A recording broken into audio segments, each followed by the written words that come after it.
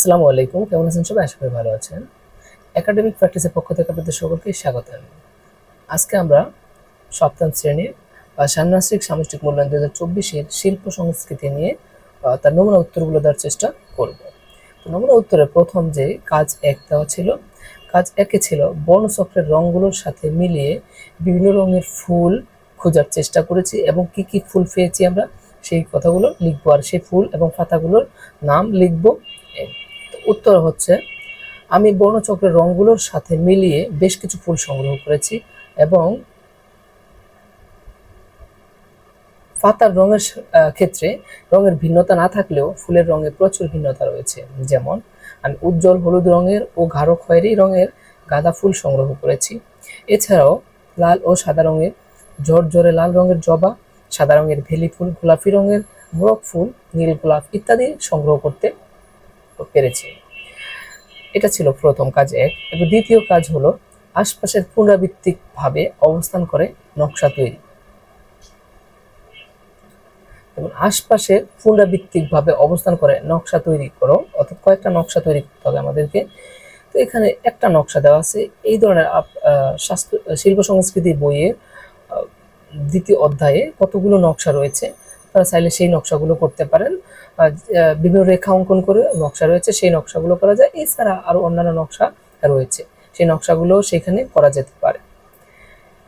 কাজ 3 হচ্ছে স্বাধীনতা বিষয়ে নিজের মতামত বা অনুভূতি লিখতে বলা হয়েছে। এখানে উত্তর হলো স্বাধীনতা এক স্লোগান, চেতনার নাম, লাল সবুজের দেশ বাংলাদেশ, হাজার বছরের ঐতিহ্যের দেশ বাংলাদেশ।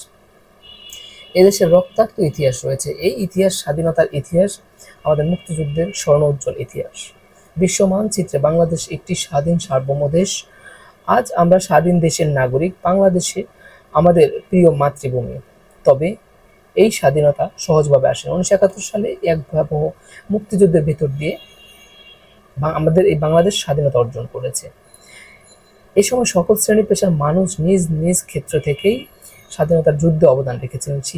শিল্পী এঁকেছেন বিজয়ের ছবি, গায়ক গেয়েছেন মুক্তির গান, কবিরা লিখেছেন স্বাধীনতার অমর কবিতা। আর বাংলার সকল যুবক বৃদ্ধ ঝাঁপিয়ে পড়েছিলেন এই মুক্তির যুদ্ধে। ধর্মগোত্র সব মিলেমিশে একাকার হয়ে গেছে। তখন সকলের চোখে ছিল একটি স্বাধীনতা বাংলাদেশের শুধু স্বপ্ন।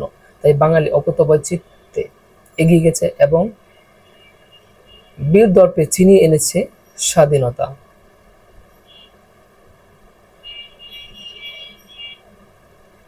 এজন্যই অবশ্যই লক্ষ্য প্রাণকে আত্মাহুতি দিতে হয়েছে। দীর্ঘ 9 মাস ধরে এক রক্তক্ষয়ী যুদ্ধের মধ্যে দিয়ে আমরা স্বাধীনতা অর্জন করতে সক্ষম হয়েছি।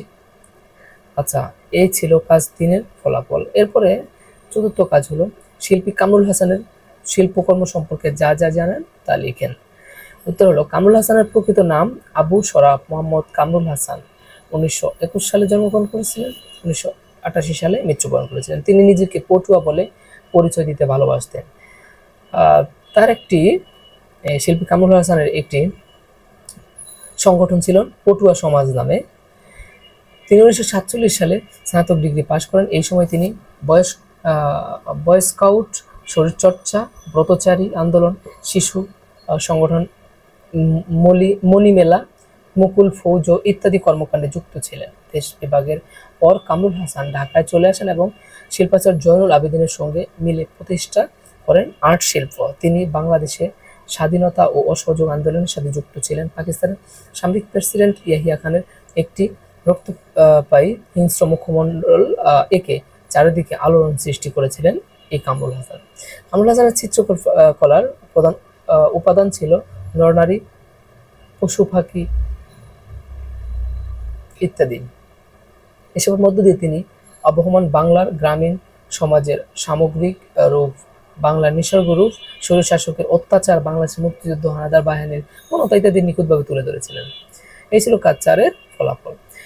এখন কাজ 5-এ বলা হয়েছে যে দেশীয় সংস্কৃতি বা বর্ষবরণের নানান পরিবেশনায় নাচ, গান, নাটক বা আবৃত্তি করতে হবে। যে কোনো একটা বিষয়, নাচ হতে পারে, গান হতে পারে, নাটক হতে পারে, বা যে কোনো ধরনের একটা বিষয়, কবিতা আবৃত্তি হতে পারে।